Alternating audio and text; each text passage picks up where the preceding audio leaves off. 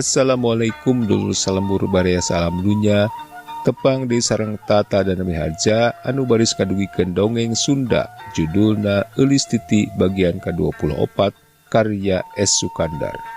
Mangga baraya Wilujeng Ngabandungan.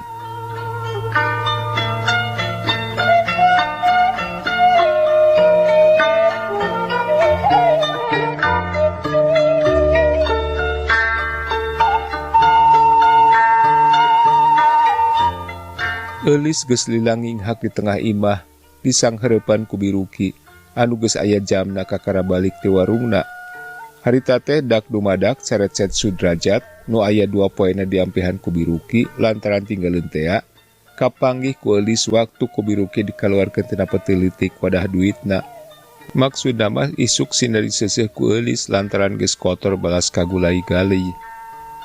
Upami papendak deui emut keneh kana rupina bi. Eulis nanya beringing hak. Tang tu bae Eulis moal poho deui malah harita teh kungsi ngobrolna naon jeung bibi. Nganya eta atuh teu kapapanjangan nanyakeun lemburna. Walon Biruki nyaritana datar tapi semuhan deueul.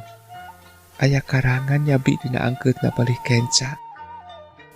Nya aya Eulis. Keun sugan isukan atawa pageto anjeunna datang deui tapi raku teh emuteun saputangan tinggalin di warung bibi. Biruki ngabeberah Eulis satengah ngobaran maneh.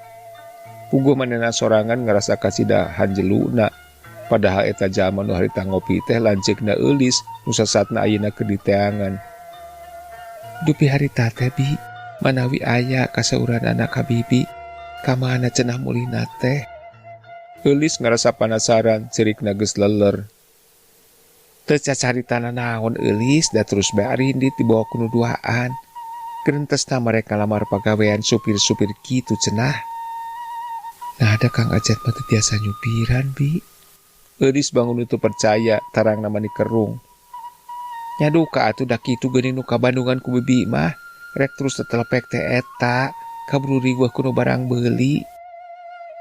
Kang Ajat, rajin teh kapendak, ung salampaina. Janten teh lah ayeuna mah engkang teh aya di dieu.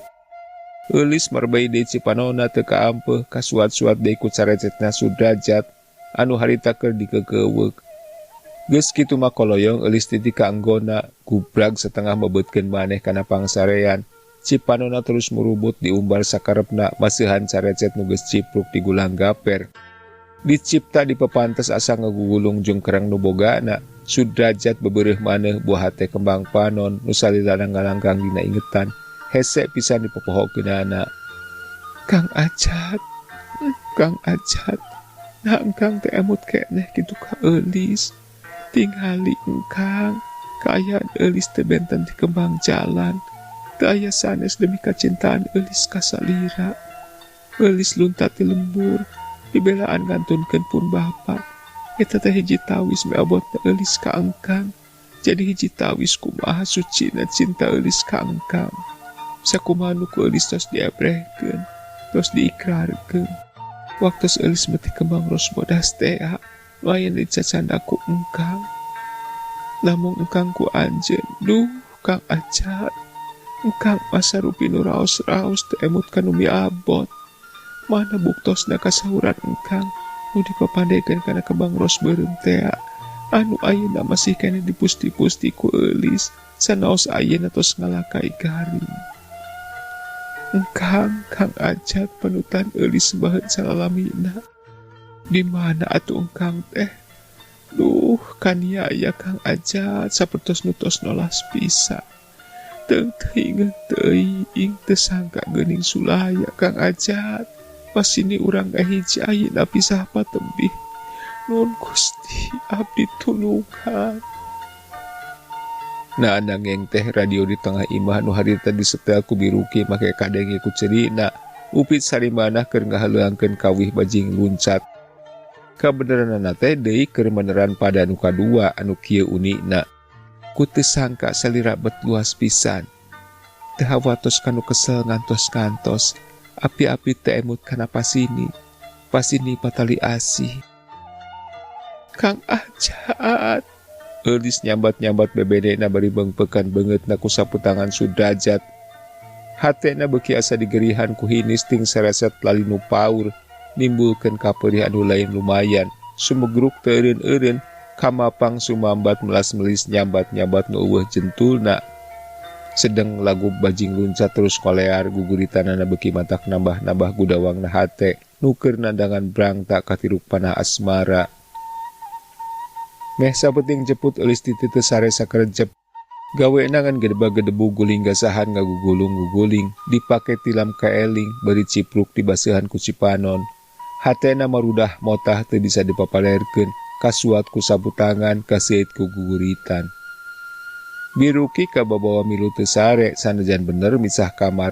Manehna sapeupeting ngadedengekeun bari selang-selang nyampeurkeun ka eulis ngabeberah ku caritaan-caritaan nu lemah lembut, sarta manehna janji engke di mana ajat datang ka warungna, tangtu ku manehna bakal dibejakeun yen eulis titi aya di manehanana. Isukna lieur-lieur oge maksakeun indit pikeun muka warungna, puguh jualeun geus ngajugrug moal hade teu didadasarkeun. Pabebeurangna eulis nuturkeun susuganan Sudrajat tetang deui natanyakeun carecetna, tapi nepi ka burit eulis nungguan, lapur nu diarep-arep teh teu joal datang, duka pohoeun deui meureun di mana ragragna, atawa memang diculkeun geus dianggap lapur. Geus karuhan Sudrajat embol-embol, peutingna bada magrib kenceling eulis indit ti imahna.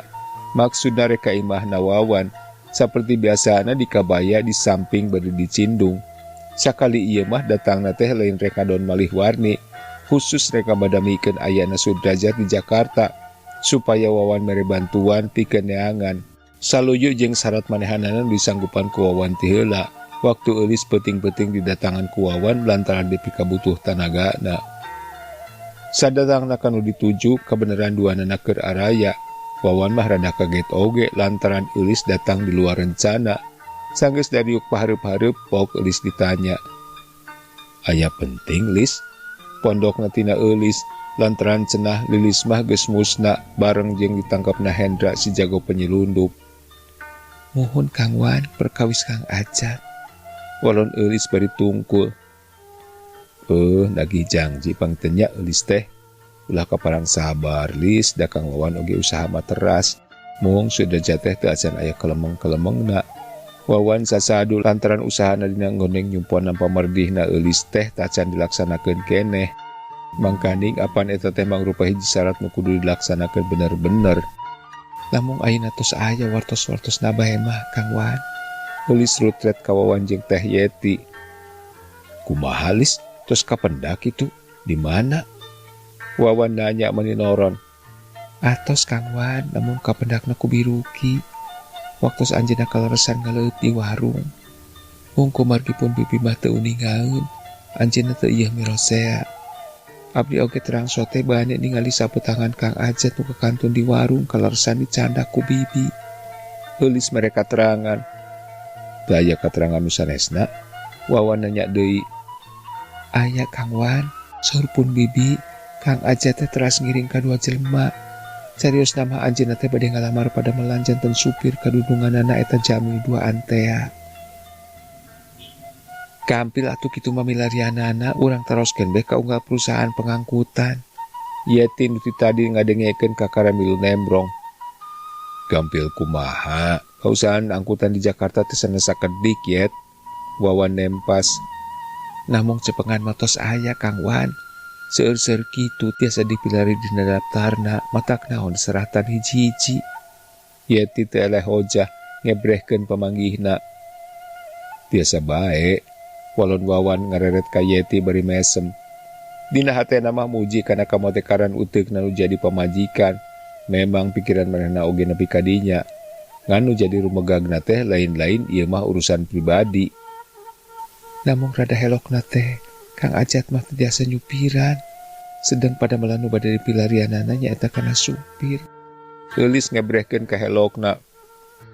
Ulang ukur waktos nuju aya di lembur Lis, sanu uninga ayeuna di dieu manehna diajar nyetir, jalanna mah teu kirang. Upami teu ngenekan heula panginten langsung sakola supir. Seueur di dieu mah lembaga-lembaga kanggo ngadidik nu palae tiasa nyetir teh. Geuning Eulis oge ayeuna tiasa tunggang Vespa sanes. Wawan dari seri nyaritana. Sumuhun kahartos si pame kitu mah. Mung sajeng nate kumaha tuh perkawis Kang Ajat teh. Saya tinggal wetan enjing mah urang intensif deui milarina. Ulah kirang-kirang sabar we Lis. Kumaha si dugul dayu teh aya oge tanda-tanda analis. Aina mah da Rika nya. Wawan seterusna nanyakeun peranan Rika. Dacan aya nu luar biasa. Mung nembe dina perkawis uar-uhurna kana artos langkung ti ukuran. Walon eulis bari ngareret ka Yeti. Eta ge tiasa dianggo bahan Lis, teras bae rapetan. Aduh, mau kaha atuh Lis, mecing teteh ah. Yeti mairan bari nyerengeh ka eulis ngagonjak. Mau kaha ku mending teh, enggak poe nu aya jabi punduk mararaosan meni kukurayeun ting sariak. Upami teras emut mah narah. Wayahna we atuh Lis, demi tugas. Harapan Kang Wawana mau eulis hiji-hiji na bakal tiasa ngabantu teh. Kepungkur masuk rajin ku teteh. Mung ayeuna mah teu tiasa margi parantos grup-grup teh dikenal ku umum. Apaan teteh mah nu ngahiasna Lis? Malah untungna kanggo Lis teh. Engkena bakal tiasa ngahias. Hegera praktekeun ka Kang Ajat. Piro teu matak moho. Yeti nyikikik ngagonjak terus-terusan. Teteh mah aya-aya bae. Teteh panginten sok kitunya ka Kang Wawan, pami Kang Wawan bosen teh. Teteh sok malih warni. Eulis oge nyikikik males ngagonjak ka Yeti. Tara teteh malis da Kang Wawan nosok bendung. Yeti ngangles bari teu petot nyerengeh. Tara kalangkung pangintennya. Eulis keukeuh neken. Sapertos bolon ieu mah ah. Wawan ngadelek kaduanana. Tungtung namah manehna oge nyerengeh kabawakeun heureuy. Kitu we nu tiluan teh ngarobrolna aruplek naker, ngadongengkeun soal-soal nu daria di selangkung gonjakan, nyebrehkeun tali mimitra nu kacida akrabna, nimbulkeun kabetah boh kanu nyemah boh ka pribumi, nepi ka teu karasa nyererekna waktu. Nyaho-nyaho geus pukul 11 ngadeuketan tengah peuting. Bet asa dielingan nyemah teh kamalinaan. Eulis terus pamitan, seperti biasa ari balik peuting masuk dianterkeun kana mobil. Harita oge eulis geus ngabiur dianterkeun ku Wawan. Datang ka Taman Sari geus dieuseun naker. Jigana pangeusi kampung teh kabeh oge geus keur ngarimpi. Saurang oge eueuh nu nyahoeun iwal ti Biruki nu harita buka tulak. Dumeh eulis titi keketro kana panto. Teu dirapetan oge geus rapet kumaneh. Juragan Ho alias si dugul teh ayeuna mah geus pageuh kabeungkeut ku Rika, atawa jelas nama Rika ayeuna geus mangrupa objek hiburanana Juragan Ho anu teu bisa dipopohokeun. Tapi nyaeta kumatak panasaranana teh ngahijina jeung Rika ngan saukur di restoran teu bisa dibawa. Rajeun aya kahayangna menta dibawa ka imahna atuh teu bisa. Puguh Juragan Ho teh boga nyonya, kuriak we engke piring terbang wani-wani mawa awewe sejen ka imah mah. Tapi lantaran keukeuh kahayang Rika kitu, alesanana moal bisa sugema upama dibawa ulin ka tempat sejen mah. Kapaksa Juragan Ho nyen siasat nyelongkeun pamajikanana ka indung bapana. Dadaku alesanana rek indit nyaba kanu jauh rada lila di panyabaan. Ninggalkeun pamajikan cunggulik sorangan di imah nu sakitu gedena, manehna ngarasa hariwang melang cenah. Beres ngungsikeun pamajikan, Juragan Ho maheutkeun janji yen engke dina malam Minggu nu bakal datang. Jadi 2 poe deui, Rika pasti bakal dibawa ka imahna dina peutingan nu geus ditangtukeun. Rika kudu ngadagoan di tempat nu biasa, nyaeta di Megaria. Narima putusan Juragan Ho kitu teh, pikeun Rika mah atoh. Ari atohna, sugan bae tugas nu kumanehna keur disanghareupan ayeuna bener-bener pinanggih jeung sasaranana. Teu atohna di lain-lain oge puguh rek masrahkeun badan kana sungut buaya. Sanajan kan saukur sandiwara mangrupa hiji taktik nu geus cukup diolah pikeun mangpungkeun perananana, manehanana ngarasa kedar oge lantaran ieu kalakuan teh teu saeutik bahayana. Hal ieu cukup jadi bahan pamikiran Wawan anu matak dina plungna ngalalakon Rika teh tara lemor teu ngandelkeun teuing pangabisana dina urusan ngabela diri. Anjog kana malam Minggu, Rika geus jogo di Megaria.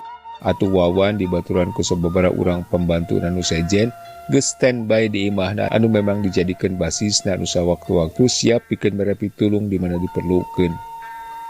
Rika nu ayeuna geus manco di Megaria bari diuk dina kursi parantina di juru, panonna meus-meus ret nempuan erloji tanganna anu harita geus nuduhkeun pukul 8:05 menit. sedang jangjina pukul 8 baris dipapagen. Ken sugan sakadeng di datang. Sekerentesna bari jongjon diuk di selangku nyeruput Coca-Cola nu ngajagrag dina mejana. Teu nolih ka lalaki-lalaki anu ti tadi ting raret ka manehna. Red dari Rika kana Erlogina setengah 10 geus kaliwat. Lila meusan geus maju leuwih saparapat jam. Leguk dia nginum Coca-Cola menang sawatara jongjongan. Ari Red kana Erlogina geus panceg pukul 10 saparapat, masih tacan kurunyung datang. Rika mimiti diuk elek kesekeng teu geunah cicing. Pang-pang namah ras inget kawawan anu ayeuna geus siap jeung sababaraha urang baturna. Tada teuing ngerasa kuciwana, lamun dina penting ieu polos, eueuh katerangan naon-naon. Hasil henteu mah teu jadi teuing pikiran, lantaran eta mah gumantung kana objekna beneran atawa henteu na. Sajungjungan manehna rek indi tidinya lantaran kasabaranna geus beak, trojol teh saurang pelayan nu biasa jaga di hareup, nyampeurkeun ka manehanana, berdemikeun amplop, pok manehna nyarita. "Ini Neng, ada yang nitip surat." Teu ngalobakeun tatanya deui gancang amplop teh ditampanan lantaran sakilat oge geus kabireungeuh yen eta surat teh ti Juragan Ho. Berewek dibuka, eusina duit, ditempelan surat dina kertas saceuwir nyebutkeun yen Juragan Ho teu bisa datang lantaran aya urusan penting anu ngadadak datangna. Ngan ieu bae mere duit lumayan keur jajan. "Yang bawa siapa, Bang?" Rika nanyakeun barang geus tamat maca surat. "Supirnya tuh dia masih nongol." Tembak si pelayan teh bari nunjuk keluar.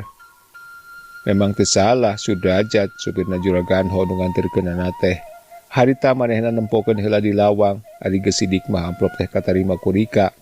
Geos bae manehna gagancangan muru mobilna, lantaran diipat-ipatan ku dununganana. Lamun amplopna geus katampa mah ku Rika, manehna kudu buru-buru balik deui. Ari Rika barang Red mireungeuh kanu keur nempokeun di lawang teh teu kira-kira ngagebegna. Lantaran sidik teu kapalingan ngembang boled tetela yen nu disebut supir Juragan Ho teh taya lian ti Sudrajat bebeureuhna. Nu salila ieu keur jadi pikiran peureum kadeuleu bentaka rasa kapicang cam saendeng-endeng. Gancang manehna muru ka lawang teu sirikna lumpat bari tiba baranting ngudag Sudrajat. Tapi Sudrajat geus asup manten kana mobilna sarta geus ngahirupan mesinna. Ari nepi Rika ka lawang, ari geleser bae mobil maju ninggalkeun buruan rumah makan Megaria. "Kang Ajat!" Rika ngagorowok sataker kebek bari picerikeun mah geus ngagendok dina ti koro. Tapi Sudrajat mah ongkoh-ongkoh bae ngajalankeun mobilna, malah gasna kalah kabeuki dilelepkeun. Sora nu ngagorowok teh teu kadenge meus-meus acan, kasawur ku sora mesin mobil. Rika sajongjongan hareugeun, rek budag puguh harita teh teu mawa tutumpakan sorangan da maksud tadi ge kapan rek milu ka Juragan Ho ka imahna. Sajroning bingung pilakueun teh, hatena mah ngarasa heran, dumeh mobilna Juragan Ho mah impala beureum, tapi ari ieu sedan hideung, kareret nomorna B1254K. Ras inget kawawan, teu talangke ngageuwet Rika ka jero deui, maksudna mah rek nginjem telepon kanu boga rumah makan. Geus dituduhkeun tepatna, kerlek bae manehna muterkeun angka-angka nomor telepon di imah Wawan.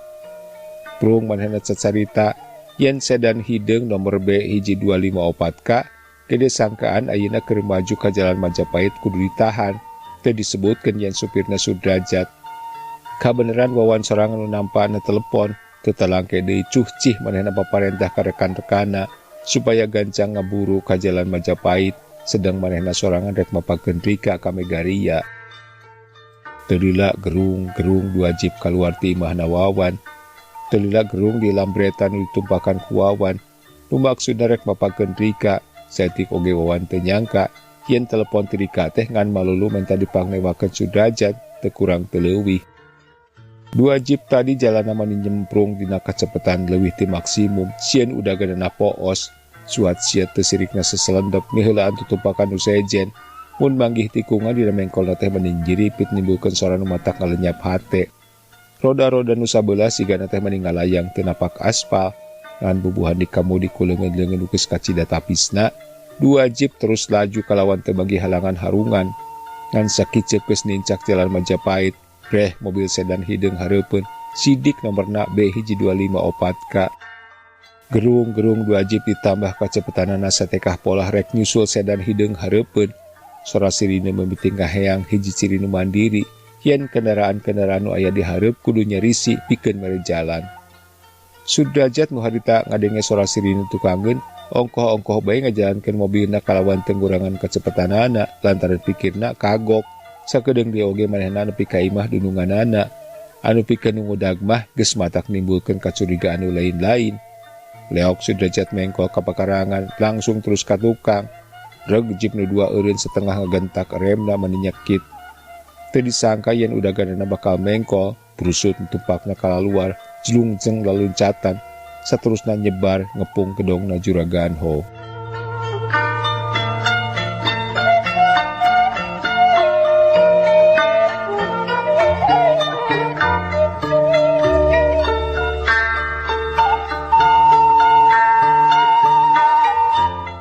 Cag baraya duwi kadi heula dongeng Sunda anu judulna Eulis Titi bagian ke-24 karya S. Sukandar. Insyaallah urang baris tepang dina bagian anu salajengna. Hatur nuhun kana perhatosanana, tata dan nami hadja pamit, permios.